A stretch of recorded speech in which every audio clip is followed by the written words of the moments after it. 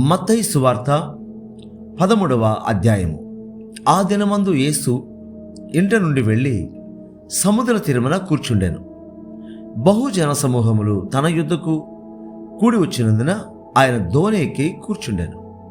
ఆ జనులందరూ ధరిని నిలిచుండగా ఆయన వారిని చూచి చాలా సంగతులను ఉపమానరీతిగా చెప్పెను.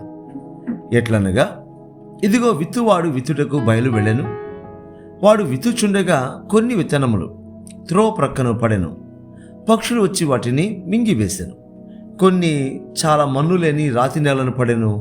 అక్కడ మన్ను లోతుగా ఉండనందున అవి వెంటనే మొలిచెను గాని సూర్యుడు ఉదయించినప్పుడు అవి మాడి వేరు లేనందున ఎండిపోయాను.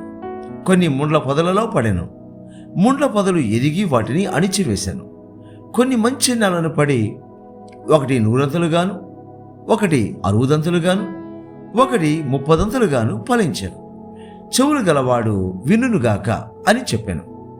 తర్వాత శిష్యులు వచ్చి, నీవు ఉపమాన రీతిగా ఎందుకు వారితో మాట్లాడుచున్నావని ఆయనను అడుగగా, ఆయన వారితో ఇట్లా, నేను పరలోక రాజ్య మర్మములు ఎరుగుట మీకు అనుగ్రహింపబడి ఉన్నది, గాని వారికి అనుగ్రహింపబడలేదు.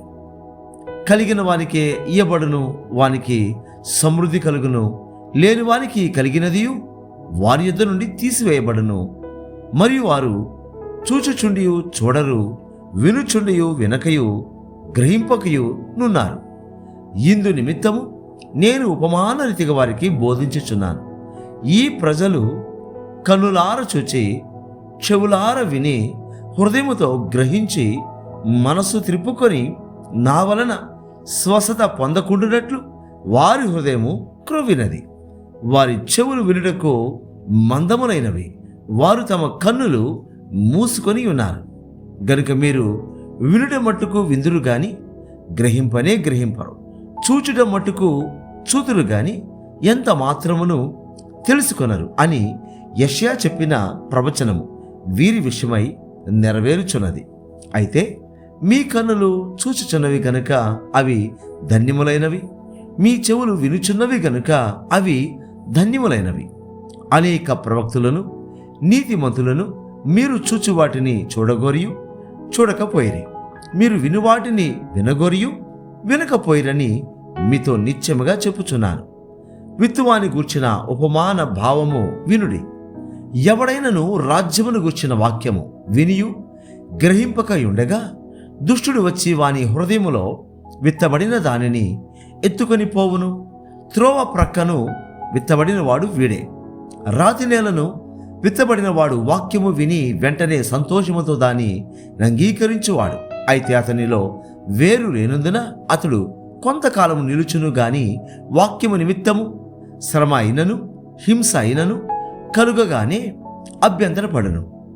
ముండ్ల పొదలలో విత్తబడిన వాడు వాక్యం వినువాడే కాని ఐహిక విచారమును ధన మోహమును ఆ వాక్యమును అణచివేయను, గనుక వాడు నిష్ఫలుడవును. మంచి నేలను విత్తబడిన వాడు వాక్యము విని గ్రహించువాడు. అట్టివారు సఫలులై ఒకడు 100 ఒకడు 60 ఒకడు 30 ఫలించుననెను. ఆయన మరొక ఉపమానం వారితో చెప్పాను. ఏమనగా, పరలోక రాజ్యము తన పొలములో మంచి విత్తనం విత్తిన యొక్క మనుషుని పోలి ఉన్నది. మనుషులు నిద్రించుచుండగా అతని శత్రువు వచ్చి గోధుమల మధ్యను గురుగులు విత్తిపోయాను. మొలకలు పెరిగి గింజ పట్టినప్పుడు గురుగులు కూడా అగపడాను. అప్పుడు ఇంటి యజమానుని దాసులు అతని యొద్దకు వచ్చి, అయ్యా, నీవు నీ పొలములో మంచి విత్తనము విత్తితివి కదా, అందులో గురుగులు ఎక్కడ నుండి వచ్చినవని అడిగిరి. ఇది శత్రువు చేసిన పని అని అతడు వారితో చెప్పగా, ఆ దాసులు, మేము వెళ్ళి వాటిని పెరికి కూర్చుట నీకిష్టమా అని అతనిని అడిగిరి. అందుకతడు, వద్దు, గురుగులను పెరుకుచుండగా వాటితో కూడా ఒకవేళ గోధుమలను పెళ్ళగింతురు. కోతకాలం వరకు రెంటిని కలిసి ఎదుగునేడి. కోతకాలమందు గురుగులను ముందుగా కూర్చి వాటిని కాల్చివేటకు కట్టలు కట్టి గోధుమలను నా కొట్టులో చేర్చిపెట్టుడని కోత గాండ్రతో చెప్పుదునా నేను. ఆయన మరొక ఉపమానం వారితో చెప్పెను. పరలోక రాజ్యము ఒకడు తీసుకొని తన పొలంలో విత్తిన ఆవగింజను పోలి ఉన్నది. అది విత్తనములన్నిటిలో చిన్నదే కాని పెరిగినప్పుడు కూర మొక్కలన్నిటిలో పెద్దదై ఆకాశ పక్షులు వచ్చి దాని కొమ్మల యందు నివసించినంత చెట్టగును. ఆయన మరొక ఉపమానం వారితో చెప్పాను. పరలోక రాజ్యము ఒక స్త్రీ తీసుకొని పిండి అంతయు పులిసి పొంగు వరకు 3 కుంచముల పిండిలో దాచిపెట్టిన పుల్లని పిండిని పోలి ఉన్నది. నేను నా నోరు తెరచి ఉపమాన రీతిగా బోధించెదను. లోకము పుట్టినది మొదలుకొని మరుగు చేయబడిన సంగతులను తెలియజెప్పేదను అని ప్రవక్త చెప్పిన మాట నెరవేరునట్లు యేసు ఈ సంగతులన్నిటినీ జనసమూహములకు ఉపమాన రీతిగా బోధించెను. ఉపమానము లేక వారికేమీ బోధింపలేదు. అప్పుడు ఆయన జన సమూహములను పంపివేసి ఇంటిలోనికి వెళ్ళగా ఆయన శిష్యులు ఆయన యుద్ధకు వచ్చి పొలములని గురుగులను గూర్చిన ఉపమాన భావం మాకు తెలియజెప్పుమనిరి. అందుకైనా ఇట్లా నేను, మంచి విత్తనము విత్తువాడు మనుష్య కుమారుడు, పొలము లోకము. మంచి విత్తనములు రాజ్య సంబంధులు, గురుగులు దుష్టుని సంబంధాలు. వాటిని విత్తిన శత్రువు అపవాది. కోత యుగ సమాప్తి. కోత కోయివారు దేవదూతలు. గురుగులు ఎలాగూ కూర్చబడి అగ్నిలో కాల్చివేయబడునో అలాగే యుగ సమాప్తి యందు జరుగును. మనుష్య కుమారుడు తన దూతలను పంపును. వారాయన రాజ్యములో నుండి ఆటంకములకు సకలమైన వాటిని దుర్నీతి పరులను సమకూర్చి అగ్ని గుండములో పడవేయుదురు. అక్కడ ఏడ్పును పండ్లు కొరుకుటయును ఉండును. అప్పుడు నీతిమంతులు తమ తండ్రి రాజ్యములో సూర్యుని వలె తేజరిల్లుదురు. చెవులు గలవాడు వినుగాక. పరలోక రాజ్యము పొలములో దాచబడిన ధనమును పోలి ఉన్నది. ఒక మనుష్యుడు దాన్ని కనుగొని దాచిపెట్టి అది దొరికిన సంతోషముతో వెళ్ళి తనకు కలిగిన దంతయు అమ్మి ఆ పొలమును కొనను. మరియు పరలోక రాజ్యము మంచి ముత్యములను కొన వెదకుచున్న వర్తకుని పోలి ఉన్నది. అతడు అమూల్యమైన యొక్క ముత్యమును కనుగొని పోయి తనకు కలిగినదంతయు అమ్మి దాని కొనును. మరియు పరలోక రాజ్యము సముద్రంలో వేయబడి నానా విధములైన చేపలను పట్టిన వలను పోలి ఉన్నది. అది నిండినప్పుడు దానిని దరికి లాగి కూర్చుండి మంచి వాటిని గంపలలో చేర్చి చెడ్డ వాటిని బయట పారవేయుదురు. అలాగే యుగ సమాప్తి యందు జరుగును. దేవదూతలు వచ్చి నీతి మంతులలో నుండి దుష్టులను వేరుపరచి వీరిని అగ్ని గుండములో పడవేయుదురు. అక్కడ ఏడ్పును పండ్లు కొరుకుటయును ఉండను. వీటన్నిటిని మీరు గ్రహించితిరా అని వారిని అడుగగా వారు గ్రహించితిమనిరి.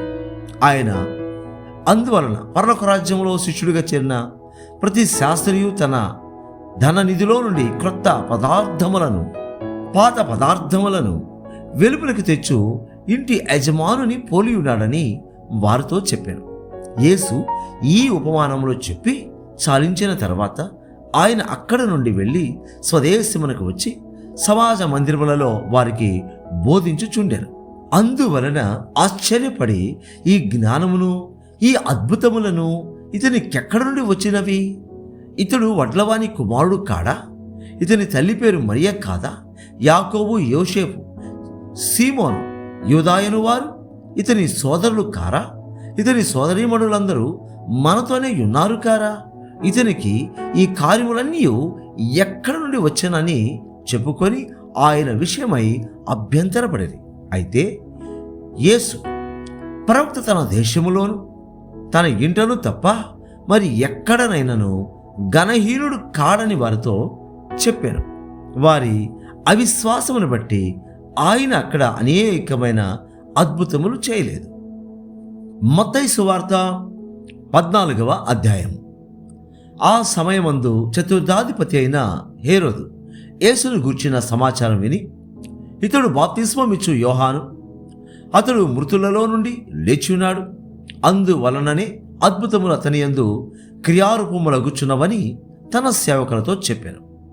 ఎనగా నీవు నీ సోదరుడైన ఫిలిప్పు భార్యగు హెరోదియను ఉంచుకొనుట న్యాయము కాదని యోహాను చెప్పగా, హేరోదు ఆమె నిమిత్తము యోహానును పట్టుకొని బంధించి చెరసాలలో వేయించి ఉండెను.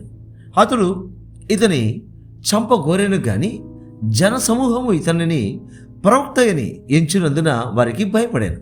అయితే హేరోదు జన్మదినోత్సవము వచ్చినప్పుడు హేరోదియ కుమార్తె వారి మధ్య నాట్యమాడి హేరోదును సంతోషపరిచాను గనుక ఆమె ఏమి అడిగినను ఇచ్చేదనని అతడు ప్రమాణపూర్వకముగా వాగ్దానము చేసెను.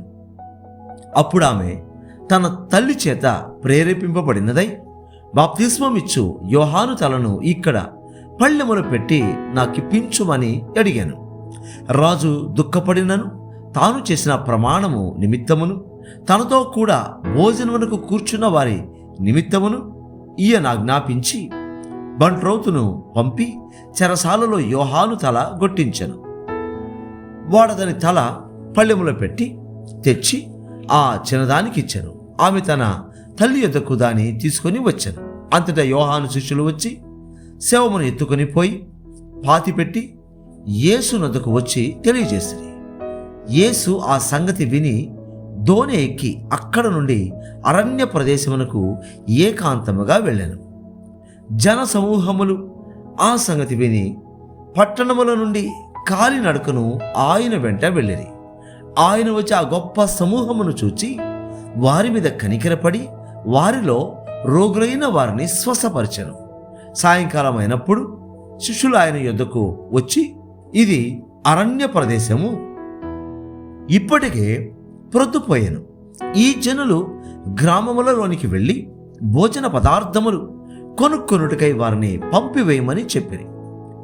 యేసు వారు వెళ్ళనక్కర్లేదు, మీరే వారికి భోజనం పెట్టుడని వారితో చెప్పగా, వారు ఇక్కడ మన యొద్ద 5 రొట్టెలను 2 చేపలను తప్ప మరి ఏమీ లేదని ఆయనతో చెప్పిరి. అందుకైన వాటిని నా యొద్దకు తెండని చెప్పి పచ్చిక మీద కూర్చుండుడని జనులకు ఆజ్ఞాపించి ఆ 5 రొట్టెలను 2 చేపలను పట్టుకొని ఆకాశము వైపు కన్నులెత్తి ఆశీర్వదించి ఆ రొట్టెలు విరిచి శిష్యులకిచ్చెను. శిష్యులు జనులకు వడ్డించిరి. వారందరూ తిని తృప్తి పొందిన తర్వాత మిగిలిన ముక్కలు 12 గంపల నిండా ఎత్తిరి. స్త్రీలను పిల్లలను గాక తినిన వారు ఇంచుమించు 5,000 మంది పురుషులు. వెంటనే ఆ జనసమూహములను తాను పంపివేయునంతలో తన శిష్యులు దోణి ఎక్కి తనకంటే ముందుగా అద్దరికి వెళ్ళవలెనని ఆయన వారిని బలవంతము చేశాను. ఆయన ఆ సమూహములను పంపివేసి ప్రార్థన చేటుకు ఏకాంతముగా కొండ ఎక్కిపోయి సాయంకాలం అయినప్పుడు ఒంటరిగా ఉండెను. అప్పటికా దోణి దానికి దూరముగా నుండగా గాలి ఎదురైనందున అలల వలన కొట్టబడుచుండెను. రాత్రి 4వ జామున ఆయన సముద్రం మీద నడుచుచు వారి యొద్దకు వచ్చాను. ఆయన సముద్రము మీద నడుచుట శిష్యులు చూచి తొందరపడి భూతమని చెప్పుకొని భయము చేత కేకలు వేసిరి. వెంటనే యేసు, ధైర్యము తెచ్చుకొనుడి, నేనే, భయపడకూడని వారితో చెప్పగా, పేతురు, ప్రభువా, నీవే అయితే నీళ్ళ మీద నడిచి నీ యొద్దకు వచ్చుటకు నాకు సెలవిమ్మని ఆయనతో అనేను. ఆయన రమ్మనగానే పేతురు దోణి దిగి యేసు నద్దకు వెళ్ళుటకు నీళ్ళ మీద నడిచెను గాని గాలిని చూచి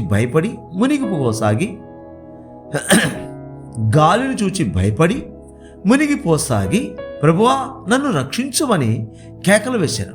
వెంటనే యేసు చెయ్యి చాపి అతని పట్టుకొని, అల్ప విశ్వాసి, ఎందుకు సందేహపడితవని అతనితో చెప్పాను. వారు దోణి ఎక్కినప్పుడు గాలి అణిగెను.